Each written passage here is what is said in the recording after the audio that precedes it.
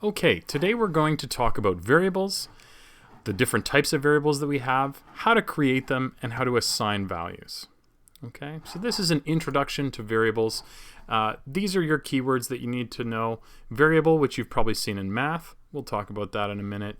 The words declare and assign, and specifically within the context of variables, what those mean. Your different data types, the word constant, and final. Okay? So, what is a variable? You've probably used variables in your math class before. When you run your code, you'll often need your computer to remember certain values. For example, if you were to play a video game, let's say you're playing the new Call of Duty or something like that. Your game needs to remember how many kills you had. It probably logs the amount of games you've played in order to calculate that kill-death ratio. Probably also keeps track of the amount of time as well. So all those values are going to be stored as variables.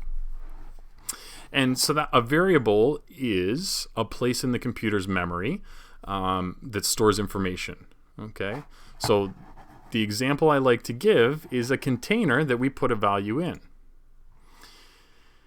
And I'll have an example in just a moment here of what that will look like. There is different types of variables. Okay, so when we want to store a value, we have to tell the computer how much space that variable is going to take up.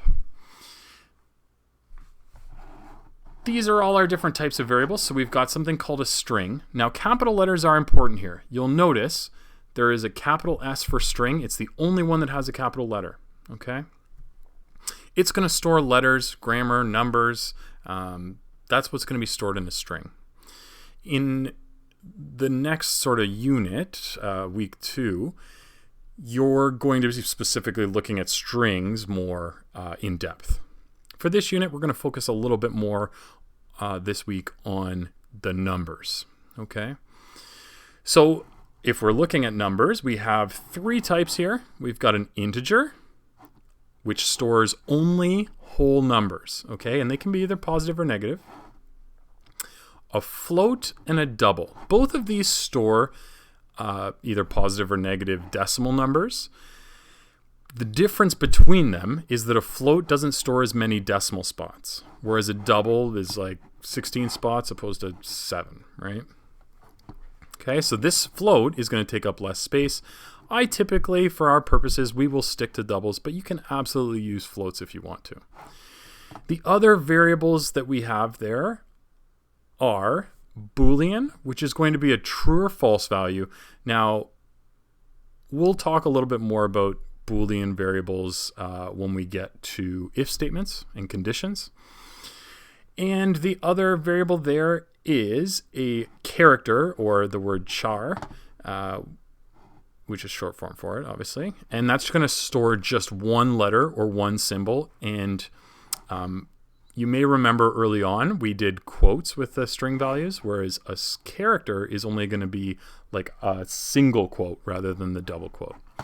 But we're not going to use a ton of characters right now. We're going to mainly focus right now on ints, floats, and doubles. This video that I did here is a visual demonstration of why we need to tell our program what type of data it is that we want to use. Okay, so I'll just press play here. Oh, that did not work. There we go. Okay, I wanted to demonstrate for you guys why we have to specify which data type we're using when we're creating variables. So what I've got here, 3 different size boxes. Okay, these are containers, and what I'm going to do is store values inside of them, just like we do with variables. So for example, I have an integer here, 86. Okay, this can fit in any of the containers really, but it can fit in the small one easily. So if I was to look up whatever this variable is, the value would be 86. This number here is a lot longer. And so it's going to need more storage, more space. You can see this will not fit in that box, right? If I was to try to put it into that box, I might get something cut off. So this is why I would need to tell ahead of time the program that it needs to be, let's say, for this one it would need to be a double because it's got so many decimal spots, so that it can fit the whole value in it. Lastly, I've got a string here. Okay? So it's a bunch of words here. This won't fit, obviously, in either of these. It needs a bigger container, although I have to kind of shove it in there because I maybe didn't cut it the best. But I need a bigger container in order to store that string variable, and that is why we have to specify which type of variable we're using when we create a variable. Hope that helps. Okay. So yeah, I just wanted to give you sort of a visual demonstration there of why it is important for us to tell our program when we're coding what type we're going to use. Strings, I did mention, we are going to come back to it. You'll notice this one doesn't have the CompSci logo in here. That's because it's more of just to help build your understanding. It is really important for strings in Java that you have a capital S. Okay. The reason for this is something you kind of learn more about in grade 12, really, and maybe a little bit in grade 11. It's not necessarily important, but just so you understand, when we look at sort of what are the most primitive data types, the basic data types that were available, like when the Java language was created, you'll recognize a lot of these from the previous slides, except you'll see string is not one of them. That's because a string is actually a class that holds a bunch of characters. So a string is not a primitive data type, and for all classes that are objects, the naming convention asks us to put a capital S there. So that's sort of an aside. If that doesn't make sense to you, don't worry, but we will come back to strings a lot more. And we will look at the methods as well that go with them. But that's for our next lesson. With that video, we could see that we needed a certain size container for each type of number that we had, right? So this does mean, because our container is only so big, that there is a max and a minimum of values that we can store. The range is only so large, okay? So you will find, if you are trying to keep track of like really high numbers, that after 2,147,000,000, blah, blah, blah, blah, blah, your output will go really weird in terms of the numbers. So that's just something to keep in mind if you are dealing with really large numbers. So that's just something to keep in mind. Sorry, my dog's going nuts here. He's not a fan of me recording videos, apparently. And I do tell you how much that is in a bit. So 1 bit is basically a binary digit. A binary digit's either a 1 and a 0. You learn how to calculate these, convert them from binary to decimal, which is our numbering system.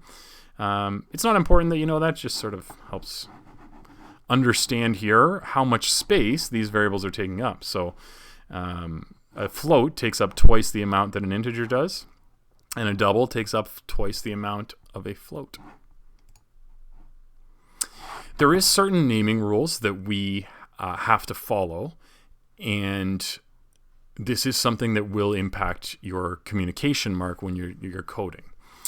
So there's certain things you absolutely can't do. It'll come up with an error, and then there's things you shouldn't do, and then there's things you should do. So the one thing that it can't start with is a number or any type of grammar. Okay, so I give you the example here. Do this instead of starting it with a number. It also shouldn't start with a capital letter. Okay, so it should never start with a capital letter. In Java, a capital letter means something else to us. Okay, it means that it's an object, which this is a variable, not an object. Now, you might not know what an object is just yet. When we were doing our graphics stuff, a window was an object, right? And then so after you created that object, you could do a bunch of commands with it. This variable is just a spot in memory. It is not an object, okay? We learned to create our own objects in grade 12, just so you know. It also should mean something. So by looking at the name of the variable, whoever is reading your code should know approximately what it's probably storing, okay? So here's an example, string tax, although string maybe not be the good, maybe not the right data type there, so I might actually update that. But I know that this has something to do with taxes instead of just giving it a name like T, okay? The other thing that we need to consider with naming is often we'll want something to have two names. For example, like hat size or first name. There's two ways you can choose to do this, and either is accepted, and I don't have a preference. Often you will see me use this one, which is on this, because we can't start with a capital letter. The second word, often you will start, this is your option, you would start it with a capital letter. The alternative is you put an underscore in between, and then you have lowercase there. It's really an aesthetic thing, and it's totally your decision which you want to do. But you can't have a variable that has a space in it, okay? Because your program can't read that. It thinks that this is the name of the variable, and then doesn't know what's going on for the rest, okay? So that's naming. Now that you know what sort of the variable types are and what the naming rules are, we can look at how to create our own variables, okay? In order to declare a variable, which means we create a spot in memory for it, we need to say the data type, the variable's name, and then a semicolon at the end, okay? So I have examples here. For example, you might want to create a name variable that's of type string, or an integer that's holding the temperature, or an hourly rate, maybe at a job, and the data type double because it's going to be a decimal number. Anytime you're dealing with money, it's probably good to use either a double or a float, but I definitely prefer to use doubles. And then lastly, we're not looking too in-depth at Boolean variables at the moment, but these are true or false values. And so I could say Boolean valid. Is it valid true or is it valid false? Okay, so that's how we can declare a variable. This is the actual code that we would use. Once you've declared it, you can now give it a value, okay? And I believe on the next slide, I show you that you can do it all in one line, but let's look at how it's done first. Anytime you want to change a variable's value, you need to use an equal sign, okay? So on the left-hand side, you'll have the name of your variable, equals, and then whatever value you want to give it, okay? The type of number you give it needs to match the data type, right? So I couldn't say 10.5 here for temperature if it was an integer.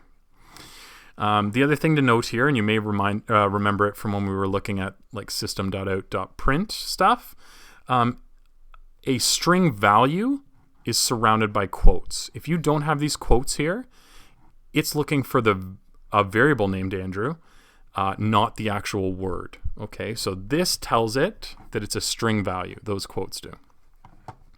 And if you were to do a Boolean variable, it's simply true or false, just the word, no quotations. Okay? Go to the next slide here. This is an example of how you can declare and assign something on the same line. I actually should mention one thing. When we declare something, you only do it once in your program. You cannot do it again. It'll probably come up with an error, and if not, can lead to problems with your memory in your program that it's using, right? So if you want your variable to start off with a value right away, you can say int temperature equals -5. So the variable type, the variable name, equals sign, and then the value. You can do that, or you can just declare it and then on the next line do that. It's really however you want to format it neither is wrong or more right. I'm just letting you know this so that you understand that this is an option for you. You'll find as you become more fluent in programming, you might want a shortcut, and this is kind of a way to save space. So once you've created a variable, like you can see I do here, I declare it because I say int temperature equals and then -5, a value. After you've declared it, I now can do calculations with it. I can print it out here. So you can see I do system.out.print. I've got quotes around this, meaning it's going to print out exactly this part. And then I'm adding a variable's value. Okay. I probably need to fix this slide. The temperature is not 14 based. Oh, wait, sorry. Yes. 24 minus 17. It'll do that calculation. So that's 7. And then here, what will happen is it says temperature equals. So it knows that there's a new value for temperature. And then on the right-hand side, a variable name. What happens here is it looks at what the current value is, which is 7, and substitute that in there. So 7 times 2 is 14, and now it will print out temperature and then the value 14. Okay, so that's what the output would be. Something else with variables, you can have a constant. So a constant is basically a variable, except there's one difference. Okay, a constant can never change its value. So you would set this maybe at the beginning of your program and you would never change it. An example would be the tax percentage. In Ontario, it's 13%. And this is not going to change in your program, right? It is not allowed to change. It's always 13%. HST is always 13%. Another example could be the name of our school. Our school is Montcalm Secondary School. It's not going to change throughout the life of this program. And you don't, if you want to protect it against changing, you could make it a constant. Okay. Now I made a little note at the bottom here. It's important to understand that if a variable doesn't change, but logically it could, it shouldn't be a constant. For example, let's say I was doing a program for some groceries and ice cream. I don't know why I got ice cream on my brain right now, but ice cream, let's say regular price is $5.99, but it regularly goes on sale for $3.99. Or that they have some sort of discount that if you buy, let's say 3, then it changes the price of them. That means that even if you don't in your program change it, that logically it could, it's not a constant. A constant is reserved for things that are never going to change, like the tax percentage. And if by chance it does change, then we only have one place we know that we have to change it. Okay, which is wherever we're declaring that variable, and we know it's never being changed elsewhere. Now, some people are probably thinking, why bother? Why bother with a constant? The reason is it protects your code from yourself and from others, right? So if you were to give your code to a friend or they look over your stuff, and maybe they make some changes and they accidentally change the variable, it won't allow you to do that if it's a constant. So it's kind of protecting your code against you and anyone else that might be messing around with it. So what does it look like when we create a variable? It's very similar. Okay. The only difference is this word final. So you say final, your variable type, the variable name. Now this is also capitalized. So the variable name will be capitalized here, and that's just so that it makes it really obvious that it is a constant and can't be changed. So at the very bottom here, I give you an example, and if I put my mouse over top of it, then that little menu thing will come out and it will block my thing, so I can't do that. But final double, and then tax rate is capitalized, and then whatever value it is. And it will remain 0.13, which is 13%. The whole program. Okay, you won't be able to change it. It'll come up with an error if you try to. So why do we bother with constants? It's to protect ourselves and potentially others from messing with our code. Variables store data for us. When we declare a variable, it reserves a spot in memory. These are the sort of the number data types that we're going to be dealing with, and really it's mostly int and double. I really don't use float much. I just put it in there so that you know what it is. If we're holding characters, then it's a char or a string. If it's a true or false statement, it's a Boolean. That equal sign assigns values for us. That's really important. And we can do that on the same line. We can create our variable and assign on one line. And a constant is a variable that can't be changed. Okay, so that's a little summary of that. What I wanted to do as well was just give you a little demo for how we would do that, how we would create variables. So I'm going to just use an online compiler. If you guys have, am I able to make that bigger? Okay, good. If you guys have Eclipse installed, by all means, you can absolutely use it. I just know, especially right now with the COVID stuff going on, that some people might not have, they might just have their phones that they're trying to do stuff on. So this will make it so that you can still do it. So I've linked this website here. And when you're ready, you just press execute and it'll print out here. So if I wanted to create a variable, let's say I wanted to create a string, and I'll call it name. Okay, I can then say name equals. Now, all string values need to have quotes surrounding them. If I don't put the quotes here, I'll show you.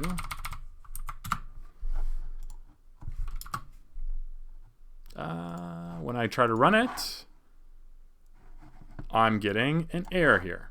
Okay, so I need that to be like that. Also demonstrate that we can print out a variable. So I'm going to say this is a raw value, like it's going to print out exactly this. And then if I use the addition sign, I can add on to my string there. So I can say name. Okay, like that. So now when I execute, this is what's printed out, name Keds. Okay, so this value is inserted right here.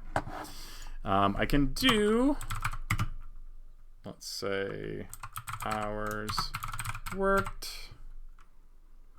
Okay, and if I want, I can do it all on one line and initialize it.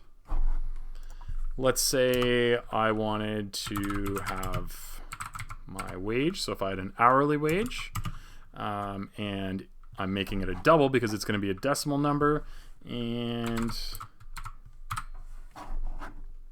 okay, so that's how we can create variables. If you have any questions, please let me know. And again, this link will be on our website. Okay, I hope this was helpful.